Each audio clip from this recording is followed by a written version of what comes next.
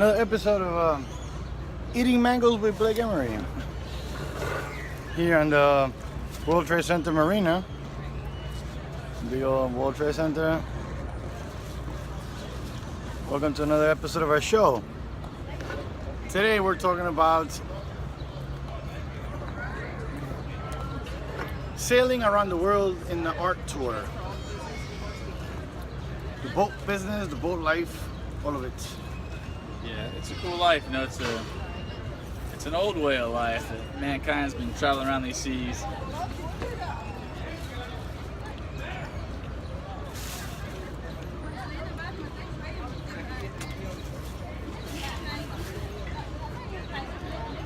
But we should be really starting it within the next week. The boat tour in Florida kicks off. Leaving Tampa Bay, around the Keys, back up, hit Miami. We're not going to the Bahamas yet, we're coming back up to New York and Boston Harbor, do a couple shows. And then closer to wintertime, we're gonna come back down and shoot off the Bimini and the Bahamas and Turks and Caicos Islands. And then there's the first trifecta of the great boat life art tour. It will be televised.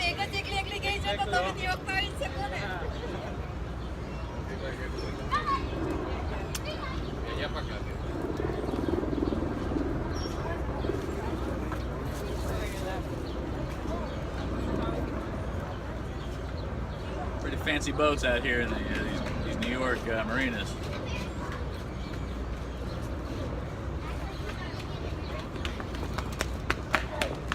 How do the boats change? You see a difference in the boats from here to yeah, the ones in Miami? The body styles. I mean, a lot of them are very similar, and depending on the years they're being born, a lot of the every yearly model, they kind of knock each other off a little bit. You can start spotting the types of designs by the years, but definitely for these New York harbors, for the waters down south, the waters from the boats that come from England and the UK are all slightly different body designs by those local designers who are meant for their types of waters. Some have stronger currents, some have lighter currents, even just the anchoring systems are different for the types of bottoms. So it's definitely a different, subtle, well, you have to really get into the game to start noticing the subtle differences. But there are differences regionally, the styles of boats. Now,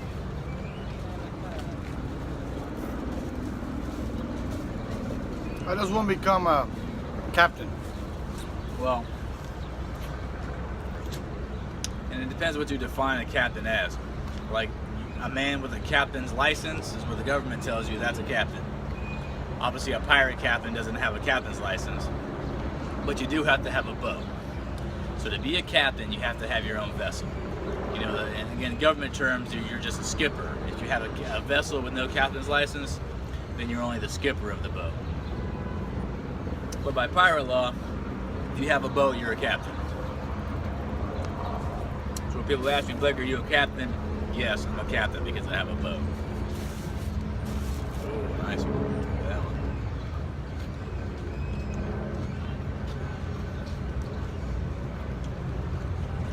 one. Mango hood just pop. Yeah. Fruit's all you really need. So, how does one go about? Okay, so you have your own boat. Now, like, how does one go about getting qualified to be a captain, though? You know, because like, yeah, I could have like inherited a boat from my uncle, and then now I'm a captain. But well, okay. Who teaches me? I mean, you have to learn somehow. You have to learn how to sail. So either you go out there blindly, completely by yourself, and figure it out, which you can. Guarantee you're gonna die, though. I'm not guaranteed. Some people are just natural at it, and they get the idea, and, you know, sailing, they get the ideas of the winds. But obviously, and today you can look at a couple of YouTube videos to get a good idea before you even start. But you need to keep a captain's log. And this is really what justifies you as being a captain. Every day at sea, every single day at sea has been logged and talked about. What happened to the boat, what's going on, who was on crew. Everybody who was on your boat on that day at sea has to sign in a log. And everything's organized and kept you know, tether the pace. And your captain, you can't even get a captain's license without having so many days at sea. You know? How many days at sea do you want to have? Does it vary in the state? I don't think so. I think there's like one solid couple years. You have to have a couple years at sea. I don't know the numbers though, so I can't answer that question. But again, to legally charter somebody from one space to another, which you're supposed to have a captain's license to do that, to accept money for chartering. But again, if you have a boat and you can run that boat, you're that boat's captain. If you can sail that boat and command that vessel, you are that boat's captain. So Captain Blake. Wait, let's fix the camera. All right, Captain Blake here. So Captain Blake, talk to us about what have you learned about sailing a boat and how it ties in to living life, and like organizing yourself, making decisions, running a home, running a company. Wow, look at that! It's full of people, that boat. Well, pulling out. That's a really cool. Look how many people are on that boat. You guys can take a look. That's a lot of people. At what's happening.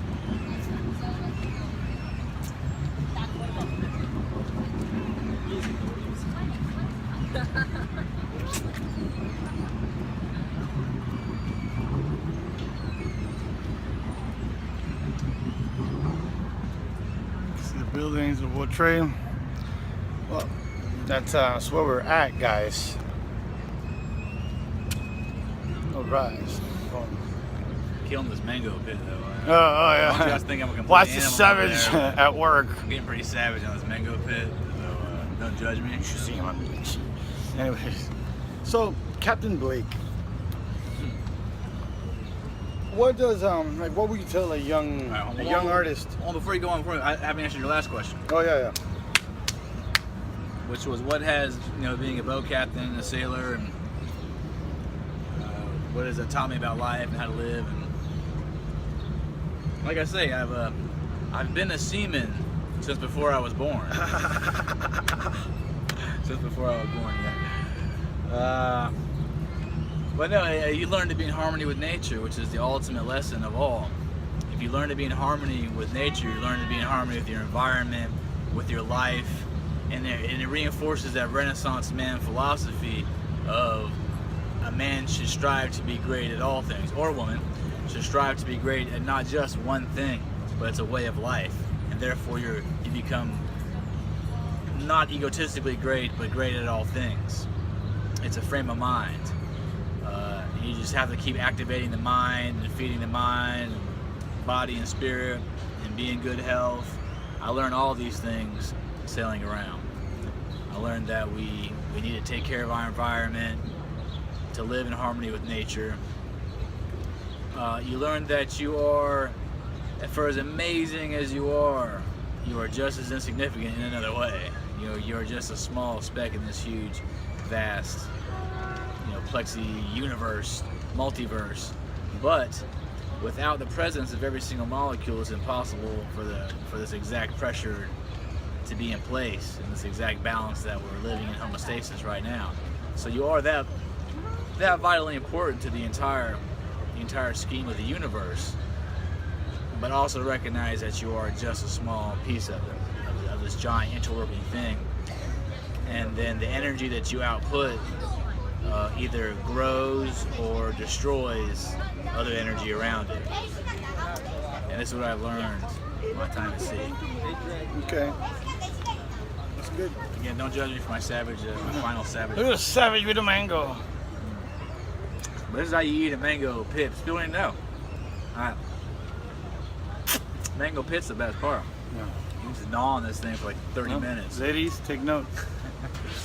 Mango pit's Watch the the best man part. at work. So, okay, so have you learned to use a caliper? And how do you, if you do, what do you know about using a caliper? Yeah, I mean, The compass, maritime compass. I don't want to embarrass myself. Then some higher level captains are watching, so I'm not going to answer that question. But yes, I have done some studying and I've learned quite a few things. Right. But I'm not ready to recite what I've learned on it yet, on video. Okay. Good. That's fair. Out of respect for the Respect for for the arts yeah, and for the crafts. game. Okay, that's good. And I started charting some of my own courses, and I'm a fairly new captain. I know how to survive on the water. Talk to us about the maritime charts. What kind of charts do we find in the boat world? There's basically like 3 major types of charts. They're all kind of how zoomed out the picture it is. Like I have this zoomed really very far mileage zoomed out chart where you see the continents that I'm going to be in, and the basic giant currents of these big continents in between these giant oceans or whatever. Then you have you zoom in double that and get double closer. Then you just have like these regional areas and much more detailed currents and closer to these different islands you start seeing that are appearing on the coastlines. And then you have even closer into the harbors and little areas that you're going to be bringing your boat into park, which have very exact like depths on it. And that way you can plot out your course and where you go, and you know where the channels are that were dug out for you to maneuver around. So knowing your charts is pretty damn important to charting your course. So just chart your course, huh? Yeah, that's how you got to chart your course ahead of time. You plan the waters you're going to take. In different weather conditions, you know different routes that are easier to go. Different times of the year, different winds are coming, different currents come in. And just knowing the waters you're sailing in, knowing the depths, knowing the tides, when the tides are coming in and out. These are all things you really have to know, before you make your trip. And otherwise you're just bumbling around trying to figure it out on the go, which you can when you're good, but no one wants. You're gonna make mistakes. That could have been prevented. And updating your charts is a big deal. You get a chart that's 5 years old. The land masses have changed, depths have changed. Sometimes they come in and dig out different channels you know about, and all the charts get redone because of that. Some artificial reefs are added. Sometimes some reefs get damaged. Natural disasters dramatically change landscapes. Wow, where does one get charts? You can get them online. You pay for them. You can print out the most updated, like GPS ran charts on the day. A couple of naval sites. You can just Google it. You can print them out fairly large sizes, up to the minute. You can print out new charts up to the minute. Just look online. Okay. So like all the information's there, and then you have to really start asking people and talking to people to find out where you can dock your boat safely. Because like a guy that I met from the marine over, he spent like 2 years getting this boat together, just getting it beautifully done. And the very first day he took this boat out, he parked on the north side of Beer Can Island up Apollo Beach, which everybody knows you don't park on the north side because that's where the channel is, and these big boats come through there and it creates these monster waves. So everybody knows you don't park on the north side of Beer Can Island, you park on the south side of Beer Can. That's where you drop anchor. But you drop anchor on the north side, and sure as hell, big boat just comes through there and creates this monster wave and picks this whole ship up. His body slams it on shore. Ruined. In 2 years, every day he was out there for 2 years getting this boat tweaked out. And the first day out, the boat got smashed and splintered into pieces because he didn't know what he was doing. So that's kind of something to think about. Like, well, if you don't know what you're doing, you better ask people. And find your weather windows before you go out sailing somewhere. If you catch bad weather, you're in serious trouble. You're in serious trouble. And all you have to do is really pay attention and talk to people. And people have been sailing for a very long time, since the dawn of man, basically. It might be some discrepancy. Oh well, primitive man didn't sail. Can't prove that to me either. But anyhow, either way, man's been sailing for a long time. Okay, so we have a couple of learning points. We have about charting your course. You have to be prepared, know your food inventory, know what route to take, what direction you're going, what waters you're going to be sailing. You've already studied. You've looked up the charts for all the depths. You studied the currents. You've studied, what else? Well, there's some pretty basic things that aren't really taught too much in these schools, but if you're really sailing for survival and things like this, you have to be prepared to make your own water, your own drinking water.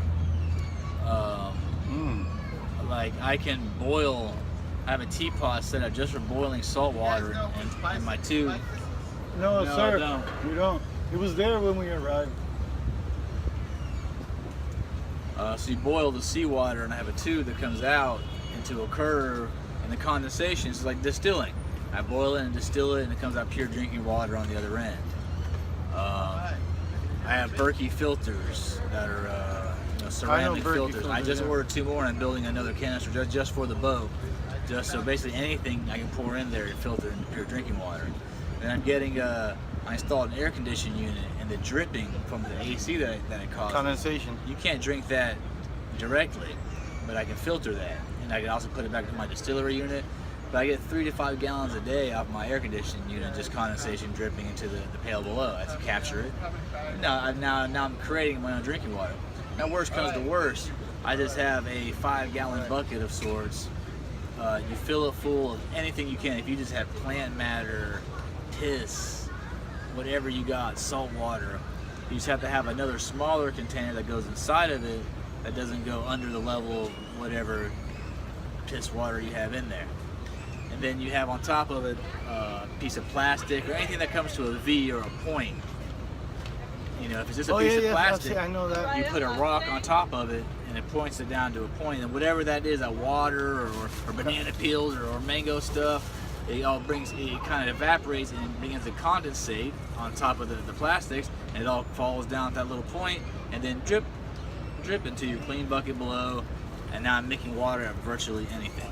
Yeah, It's a very huge lesson. Like, this is number one. If you're not drinking water, you're gonna die. You know, so never waste anything that can evaporate. Make water out of it. Okay, so we have a keeping current on your routes, keeping abreast of your harbor situation and your charting your course, learning to make water, having the infrastructure to make water, as you discussed, having the tools for water. You're gonna have to learn how to fish if you really want to survive out there in the water. You better learn how to fish. And it's easy as putting a pole in the back of the ship and casting it in whenever you're sailing around. By the time you stop, sometimes you got to fish on the end of it.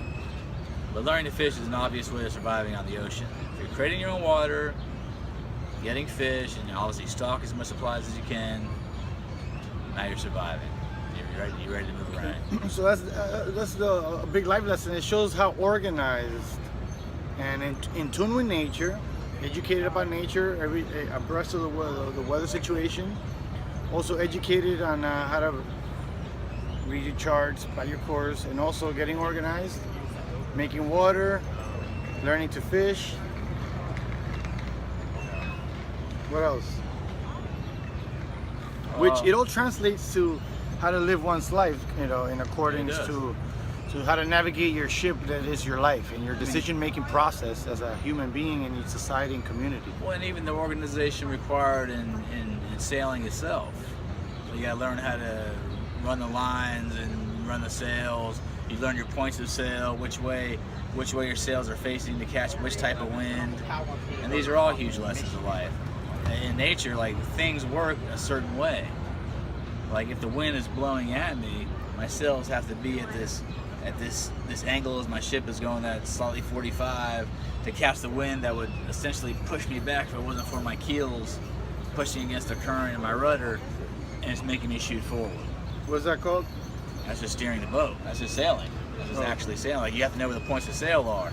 Sailing bow, stern, beams reach. In the irons is when you're directly into the wind. You're not going to go anywhere. You're directly facing the wind. You have to at least kick off one way or the other, position your sails right. But there's a whole set law of, like, sail positions that work. You know, that says a lot about existence in this dimension. There are a certain set laws within the framework of this holographic universe that we have created for ourselves. Along with them, there are certain laws that are not 100% definite, but they govern the basic movement all around us. And if you don't pay any attention to them, you'll never be able to be above them. You know, so you have to pay attention to these basic laws of nature to be able to ever grow above that or even work with nature, which is the major lesson in life. You know, a lot of these fish don't swim upstream. Only a couple do because that's their thing. But most fish don't like swimming upstream. You go with the flow. You know, the flow takes you where you got to go. It's a universal thing. That's interesting. It's great. Yeah. Many lessons to be learned in The nautical world. in the nautical world, and it translates on how to sail in society and have a guide. Morals serve as an anchor. Also, you know, what do you think? Moral serving as an anchor? Yeah, I mean, because what are morals? That's the basic laws that we've given ourselves of how to act appropriately in this world. But yeah, okay, you know, I got morals. I don't go around and like try to murder. I don't want to do that. That's against my morals. You know? So yeah, morals are an anchor. Try to be a good person. That's it. You know, there's your sail, there's your wind. And you don't get philosophical. What is the wind and where does the wind come from? There's movement around us that we can't even see. It's unexplainable. And so the steering wheel, you would say, would be your conscience or your mind overall. yeah, or the tiller, you know, because like my boat doesn't have a steering wheel, it has a tiller, like you see the old thing, the old rod, you pull back and forth. But a tiller is your conscience. What's the force behind the tiller? That's the conscience, though. You know, the tiller's still just a tool. What's controlling the tiller? You know, this man's hand's got to push that tiller back and forth. You got to turn that wheel. You know, it's your conscious decision making, pushing that wheel left or right.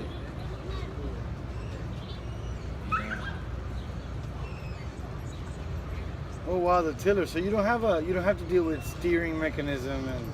No, it's just basically. Rack and there's pinion. still a little steering mechanism to it, but half of what a steering wheel has. Yeah. Yeah, that tiller basically goes straight to it. Has a little area and one little mechanism right here. When you push it back and forth, it turns. That's it.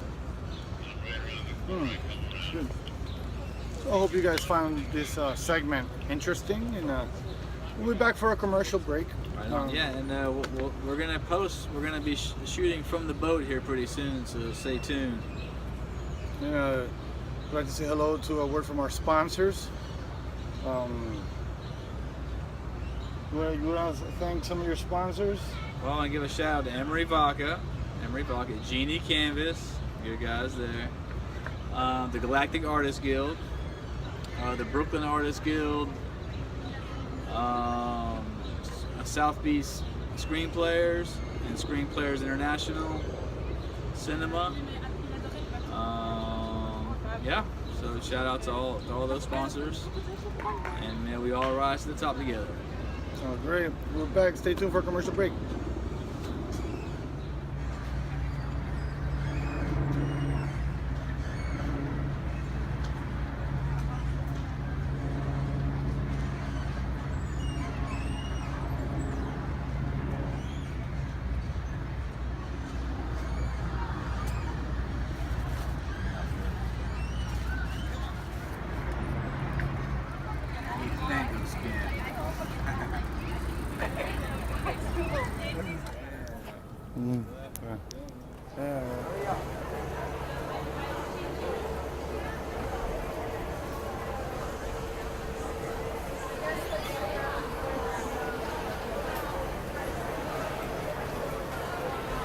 We are World Trade Center Mall.